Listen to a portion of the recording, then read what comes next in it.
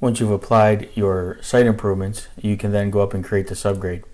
When you create the subgrade, we can give it a name. We'll call it subgrade surface, and we can choose the reference surface, which is our finished design or finished.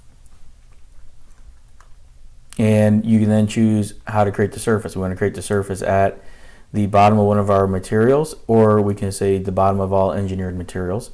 And when I click apply, what's going to happen is it's going to create a subgrade surface, and you'll see that listed here under your Project Explorer.